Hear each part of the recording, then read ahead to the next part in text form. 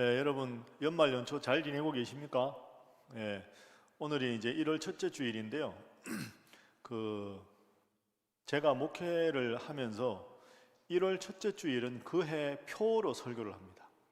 그러니까 이제 우리 교회가 올 한 해 지향해야 될 목표, 그게 이제 바로 믿고 삶으로 예배하는 행복한 신일교회입니다. 바로 믿고는 늘 하는 것이고 중간이 달라지는 거죠. 그래서 삶으로 예배한다, 이게 아주 중요합니다. 한번 따라해 보시죠. 삶으로 예배한다. 그래서 이제 오늘 주제는 예배입니다. 예배. 여러분 참고로 청년들이니까 다 알고 계시죠. 이 세상에 교회가 많이 있잖아요. 교회가 많은데 교회 중에서 건강한 교회가 있고 별로 건강하지 않은 교회가 있습니다. 솔직하게 말하면. 그러면 어떤 교회가 좋은 교회냐, 어떤 교회가 건강한 교회냐라고 물으면 건강한 교회는 5가지 요소가 있어야 됩니다. 여러분 이렇게 필수 영양소, 탄수화물, 지방, 단백질 이런 식으로 교회도 5가지가 잘 갖추어져야 건강한 교회라고 합니다. 5개가 뭐냐? 예배, 교육, 선교, 교제, 봉사입니다. 그러니까 예배는 설명 안 해도 알겠죠. 교육은 하나님 말씀을 바르게 가르쳐야 되는 거예요. 그래야 신천지 같은 이단에 안 빠지니까 교육. 3번째 선교는 예수 안 믿는 이웃에게 복음을 전하는 전도나 외국에 가서 전하는 선교. 그 다음에 4번째가 친교입니다. 교제. 교제는 청년부면 청년부원들끼리 서로 기도 제목도 나누고 또 힘든 일이 있으면 위로도 하고, 그걸 이제 교제라고 하죠. 5번째는 봉사입니다. 봉사는 교회 어려운 분들뿐 아니라 이 사회에 어렵고 힘든 분들을 향해서 교회가 도와드리는 것. 그래서 예배, 교육, 선교, 교제, 봉사, 이 5가지가 잘 갖추어지면 좋은 교회, 건강한 교회라고 합니다. 그래서 우리 교회 표는 이제 여러분들 청년부 막내도 있는데 2년 단위로 바뀝니다. 하나로 1년 하기는 어렵거든요. 현상을 파악을 하고 대안을 만들어야 되니까. 그래서 이제 올해 하고 내년은 우리 교회는 예배의 해입니다. 그래서 예배 순서 중에 바뀔 게 뭐가 있는지, 부서 예배가 잘 되고 있는지, 부서의 예배당 시설에서 보완할 건 뭔지, 그러니까 예배에 관한 주제로 모든 걸 바꾸는 거죠. 그래서 오늘은 예배에 대해서 한번 살펴보겠습니다. 왜 예배를 드려야 되는가? 예배가 왜 중요한가? 여러분도 이제 청년인데 예배 교회에서 늘 듣는데 예배가 왜 중요한가? 오늘은 이 주제로 한번 생각을 해보고, 내일부터 한 주간 특별 새벽 기도입니다. 특별 새벽 기도에는 예배당에서 드리는 예배뿐 아니라 일상의 예배, 우리가 일상을 어떻게 살아가는 것이 예배자로 살아가는 모습인가, 그걸 이제 내일부터 일주일 동안 쭉 살펴보도록 하겠습니다. 그래서 오늘은 예배라는 주제로 오늘 본문에 아브라함과 롯이라는 인물이 나오는데요, 이 두 인물 중심으로 한번 살펴보겠습니다. 오늘 우리가 창세기 13장 읽었는데요, 이 아브라함, 원래 이름이 아브람이지요. 그러니까 아브람과 롯에 관한 이야기입니다. 배경을 잠시 설명하면 이렇습니다. 이게 높죠. 이게 이 정도 돼야 되는 건데 내가 키가 작은 게 아닌데, 나랑 비슷하지 않습니까? 내가 키 몇이지? 미안하다. 미안합니다. 크네.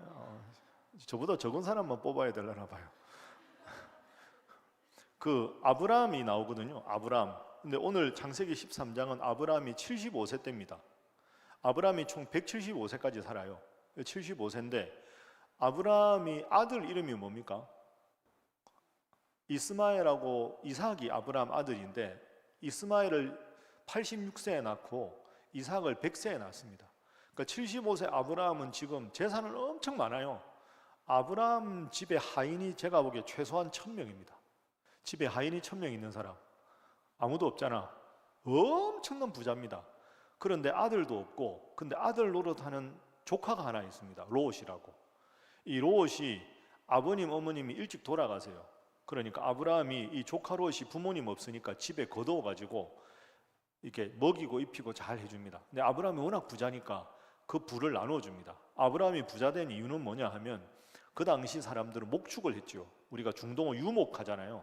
소, 양 이런 걸 엄청나게 많이 키우면서 조카 몫으로 많이 떼줍니다. 그게 이제 오늘 본문의 시작입니다. 그런데 오늘 본문 1절을 한번 화면으로 보시죠. 1절 맨 밑에 보면 아브라함이 롯과 함께 네게브라는 곳에 올라갔다. 네게브라는 곳에 이제 살기 시작한 겁니다.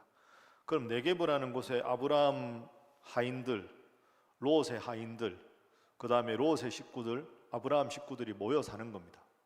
근데 점점 부자가 됩니다. 그 당시에 부자가 된다는 건 사실은 좋은 일이죠. 근데 문제가 하나 생깁니다. 자, 6절 7절 한번 화면 보십시오. 그 땅이 목축을 하는데 그 아브라함과 롯이 함께 살기에 넉넉하지 않습니다. 왜? 소나 양의 숫자가 점점 많아지니까 동거가 안 됩니다. 이제 그러면 동거가 안 된다는 말이 무슨 말입니까? 소나 양이, 중동은 사막이니까 물이 많이 나고 목초지가 있는 곳에 목자들이 주로 있을 거 아닙니까? 그런데 점점 소나 양의 숫자가 많아지니까 좋은 목초지를 먼저 차지하려고 아브라함 하인들하고 롯의 집안 하인들끼리 싸우는 겁니다. 물도 먼저 먹이려고 하고. 그러다 보니까 7절에 아브라함의 가축의 목자와 롯의 가축의 목자가 서로 다투고 가나안의 원래 사람들하고도 다툼이 일어나는 겁니다. 아브라함이 이걸 딱 보니까 안 되겠다 싶었어요. 이거 조카하고 삼촌하고 좋은 관계인데 이것 때문에 마음 갈등이 생기겠다. 그 8절 8절 보십시오. 아브라함이 롯에게 제안을 합니다. 야, 우리가 친척인데 이렇게 다투면 안 되지 않냐? 하인들끼리 다투면 너하고 나하고 사이 나빠지겠다. 그러니까 제안을 하나 하는 게 9절입니다. 너의 앞에 온 땅이 있지 않으냐? 나를 떠나가라. 내가 좌하면 나는 우하고 내가 우하면 나는 좌하리라. 쉽게 말하면 이런 겁니다. 롯, 너하고 우리하고 같이 살기는 이제 땅이 너무 좁다. 그러니까 한쪽이 나가야 되겠다. 그럼 여러분, 좋은 땅을 선택을 삼촌이 해야 되겠습니까? 조카가 해야 되겠습니까? 삼촌이 해야죠. 나이도 많고 지금까지 모든 롯의 재산은 아브라함이 해준 건데. 근데 아브라함이 참 훌륭한 사람이죠. 뭐라고 합니까? 롯, 너 선택해라. 내가 좌하면 내가 우하겠다. 너 왼쪽 땅이 더 좋다. 삼촌 저쪽 할래요. 그러면 그거 해라. 그럼 나머지 내가 하겠다. 너 만약에 오른쪽이 좋다고 하면 오른쪽 해. 너 안 하는 쪽 내가 할게. 양보한 겁니다. 참 아브라함이 훌륭한 사람이죠. 자, 그래서 어떻게 하느냐? 10절 보십시오. 10절에 보면 롯이 삼촌이 선택하라고요? 그럼 제가 선택할게요 하고 선택을 합니다. 근데 선택을 하는데 딱 보니까 요단 지역에 아주 물이 많았다. 두 번째 줄에 보면 온 땅에 물이 넉넉했다. 사막 지역인데 물이 넉넉하다는 말은 목초지가 많았다. 가축을 키우기에 최적화된 곳이다.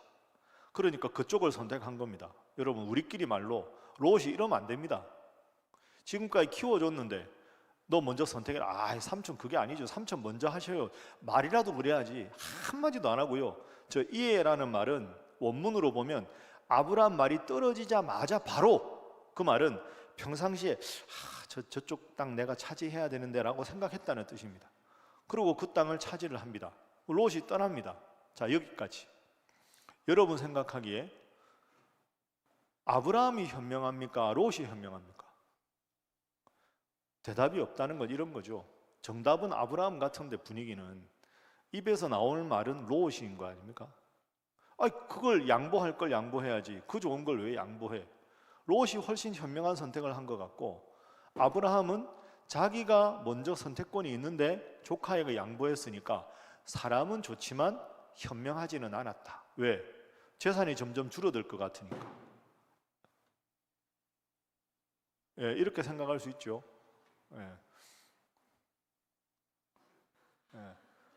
뭐 위에 불 하나 봅니다. 그러니까 롯은 현명한 선택을 했고 아브라함은 사람이 좋지만 어리석은 선택을 한 것 같은데요. 결과는 정반대입니다. 롯이 훨씬 목초지가 좋은 곳을 갔는데 롯은 망하고요. 아브라함은 양보 다 하고 손해보는 것 같은데 훨씬 더 부유해집니다. 그 비결이 뭔가? 왜 그랬는가? 지금부터 한번 살펴보도록 하겠습니다. 자, 먼저 롯을 한번 보죠. 결론을 말씀드리면 롯은 목초지는 좋은데 하나님이 없는 삶을 살았던 게 롯입니다. 자, 10절 말씀 다시 한번 화면 보십시오. 10절. 롯이 눈을 들어 요단 지역을 보니까 온 땅에 물이 많았습니다. 여호와의 동산 같고 애굽 땅과 같다. 여호와의 동산은 에덴이죠. 요단강 동쪽은 에덴 동산 같다. 애굽 땅은 여러분 아시는 대로 이집트입니다. 이집트는 나일강이 있기 때문에 애굽이 강대국이 될 수 있었던 건 나일 강물은 마르는 법이 없거든요. 그러니까 애굽이라는 나라가 옛날부터 복받은 나라입니다. 그러니 요단 동편이 애굽과 같다는 말은 제일 좋은 땅이다, 이런 뜻입니다. 그래서 11절 보십시오. 11절.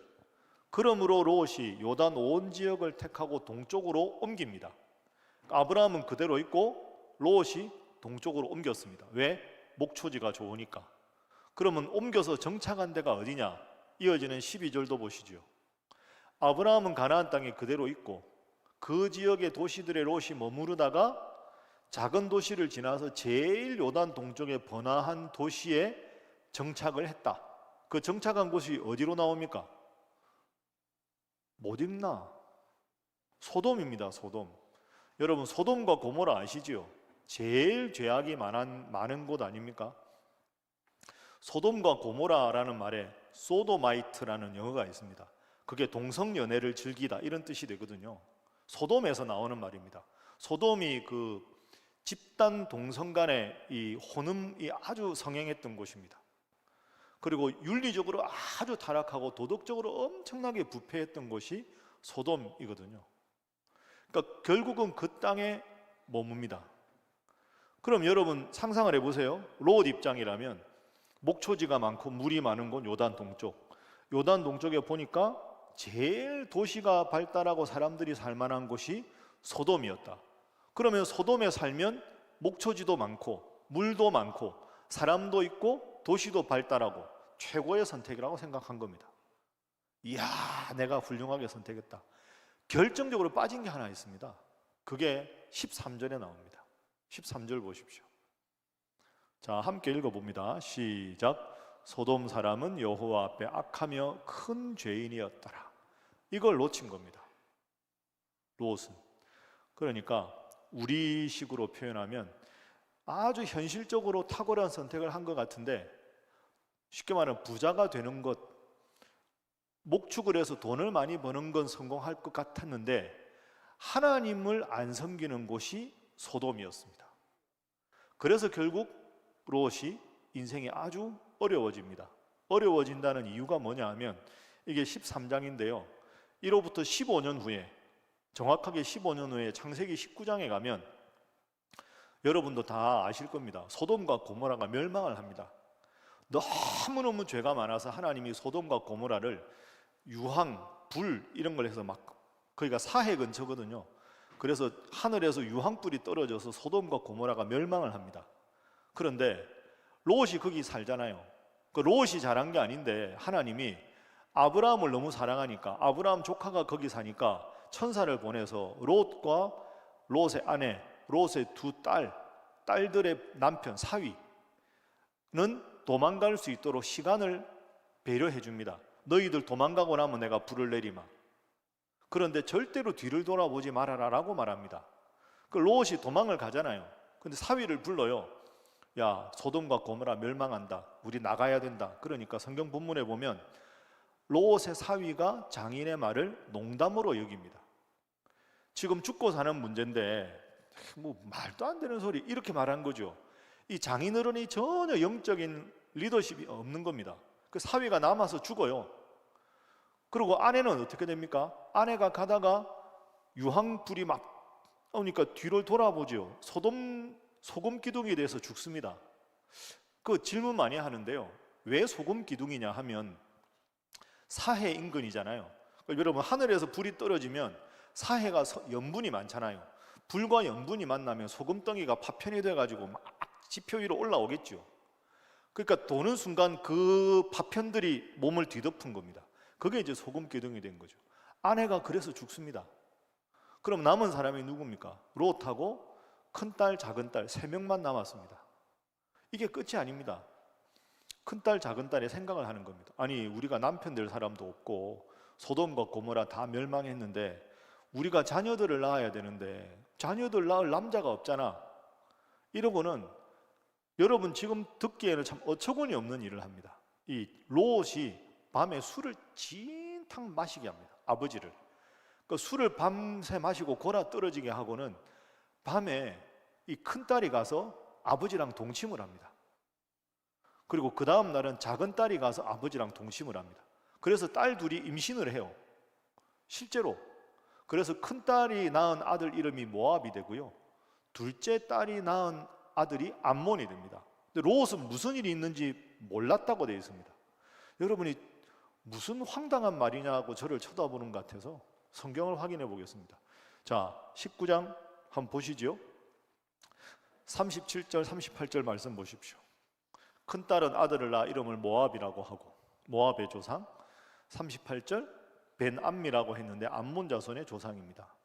여러분 성경 읽어보면 이스라엘 백성들의 애굽에서 탈출할 때 제일 힘들게 한 사람이 모압 족속하고 암몬 족속입니다. 그 모압과 암몬의 조상이 누굽니까? 롯입니다. 자, 여기까지 정리 한번 해볼까요? 아브라함은 별명이 믿음의 조상입니다. 그 믿음의 조상 아브라함과 함께 살았던 게 롯입니다. 그럼 다른 사람 보기에 롯은 믿음이 참 좋은 사람이에요. 왜? 아브라함 옆에 살았으니까, 한 집에서. 그런데 롯은 아브라함의 믿음을 하나도 본받지를 못한 겁니다. 믿음의 조상 아브라함이 자기 삼촌인데도 믿음의 영향을 못 받았죠. 그리고는 선택할 때 하나님 믿는 신앙과 전혀 관계없이 좋아 보이는 목초지만 선택한 겁니다. 소돔이라도 관계없는 거지요. 돈만 많이 벌 수 있으면. 하나님 안 믿는 곳이라도 돈만 많이 벌 수 있으면 오케이. 이게 롯의 가치관입니다. 그리고 사위한테 죽는다고 도망가자 그러니까 농담으로 여길 정도로 영적 영향력도 없고, 아내도 죽고 두 딸들은 어처구니 없는 일을 벌입니다. 여러분, 롯은요, 단정적으로 말하면 껍데기 신앙인입니다. 겉으로는 아주 아브라함 곁에서 믿음 좋은 사람인 것처럼 보이는데 속으로는 지극히 세상적인 생각만 가득 차 있는 사람. 그래서 너무나도 비참한 모압과 암몬의 조상이 됩니다. 우리가 이걸 잘 생각해야 됩니다. 여러분, 이제 이번에 07년생이라 그랬지. 그럼 이제 이렇게 올라오잖아요. 여러분 보기에 어리죠? 여러분 보기에 좋을 때다 싶으시죠? 내가 보기에 여러분이 좋을 때라. 나도 이럴 때가 있었다고. 웃지 말라고, 진짜라고. 이게 나이 드는 게 순간입니다, 여러분. 모릅니다. 근데 제가 살아보니까요, 그게 아닙니다, 여러분. 롯 같은 사람이 의외로 많습니다. 그러니까 여러분, 신앙은 철저하게 자기 신앙이 중요합니다. 저한테도 아들 둘이 있는데요, 아버지가 목사인 거 아들하고 아무 관계 없습니다. 나의 하나님이 돼야 되지 내 아버지가 믿는 하나님 아무 의미 없습니다. 내가 믿는 하나님, 내가 믿는 예수님, 그게 중요한데 롯은 그걸 제대로 확립하지 못했다. 그래서 현명한 선택을 해서 목초지를 얻어서 부자가 된 것 같으나 결국 망하는 인생이었다. 여러분, 이 점을 잘 한번 생각해 보십시오. 자, 그러면 두 번째로 정반대 선택을 한번 볼까요? 아브라함의 선택을 한번 보겠습니다. 아브라함은 우리가 지금까지 본 대로 손해보는 것처럼 살았습니다.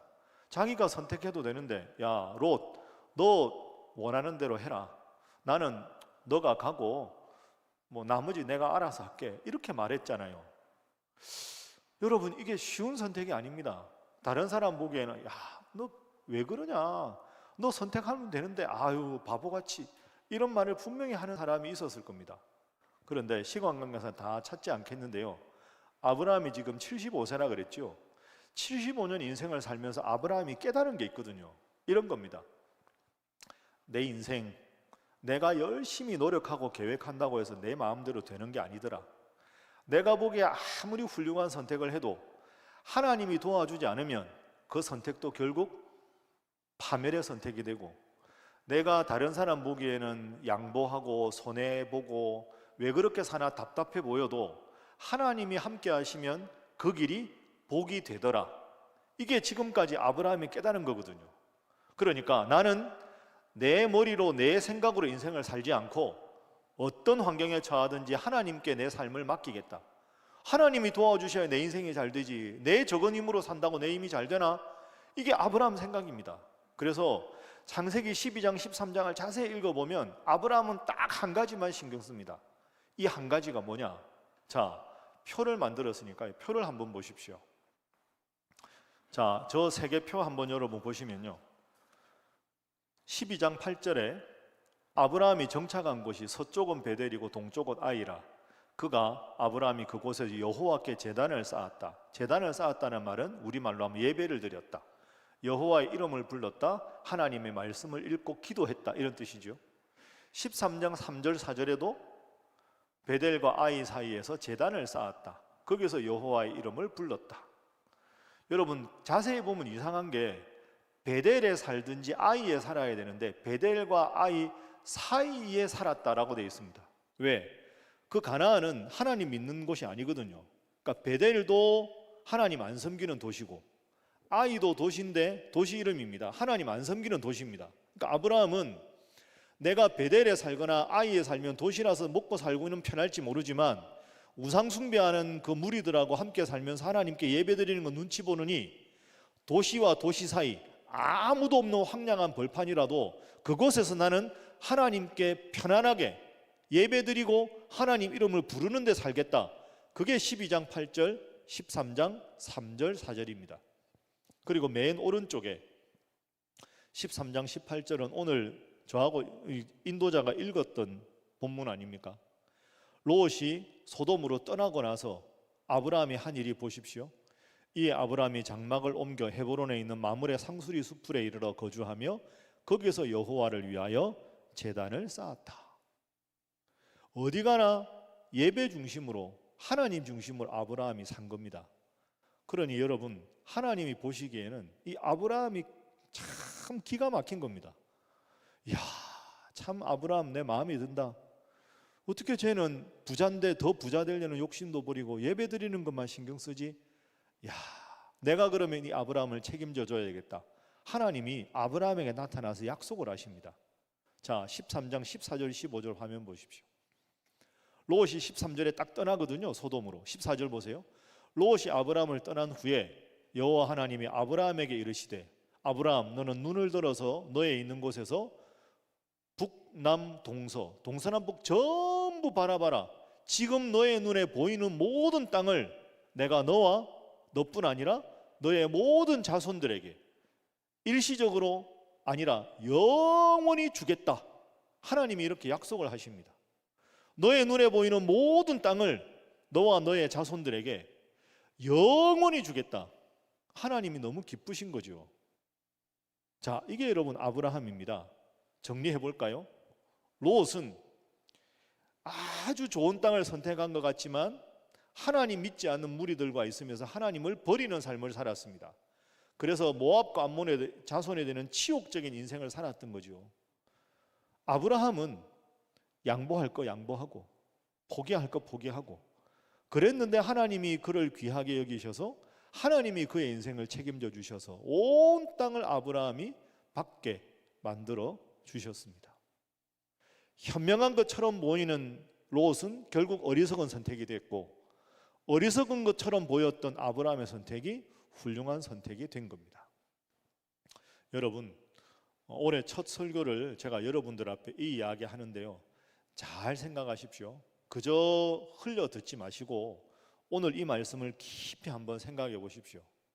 제가 좀 전에 우스갯소리로 제가 여러분 만날 때가 있었다고 말씀드렸는데요, 제가 여러분보다 좀 더 인생을 오래 살아보니 아브라함이 참 똑똑한 겁니다. 여러분, 여러분이 열심히 산다고 인생이 여러분 뜻대로 사라지는 게 아닙니다. 하나님이 도와주셔야 정말로 우리가 의미 있는 인생을 살아갈 수 있습니다. 그게 지금까지 제가 살아온 인생의 결론입니다. 하나님 없이 내 힘으로 살아갈 수 있다면 이 세상에 나보다 훨씬 더 잘 사는 사람이 많겠지요. 우리가 이 점을 깊이 생각을 해야 합니다. 우리가 잘 아는 미국의 대통령 중에 에이브러함 링컨 대통령이라고 있습니다. 이 링컨 대통령이 제16대 대통령인데 지금도 미국 사람들에게 제일 존경하는 대통령이 누구냐고 하면 넘버원이 에이브러함 링컨 대통령입니다. 근데 링컨 대통령 때 그 노예 폐지하고 북군의 지도자였잖아요. 그래서 남북 전쟁이 있죠. 남쪽은 링컨에 반대하고 북쪽은 링컨을 따르고 여기는 노예제를 지지하고 이게 노예제 철폐하고 그러다가 남군과 북군이 싸우잖아요. 1862년 여름인데요. 남군과 북군이 싸우는데 링컨은 총사령관이면서 대통령이죠. 근데 문제는 남군이 압도적으로 싸움을 잘합니다. 전투마다 북군이 깨지는 거예요. 그러니 링컨이 명분은 좋은데 계속 지는 겁니다. 거기다가 1862년 여름에 링컨이 아주 사랑하는 아들이 있었는데요. 윌리라고 병에 들어서 죽습니다. 그러니 매번 전투할 때마다 전사자 명단이 새롭게 되니까 국민들도 링컨을 싫어하고 전쟁은 계속 전투에서 지고 자기 아들도 잃고 그러니까 링컨은 점점 얼굴이 초췌해지는 거죠.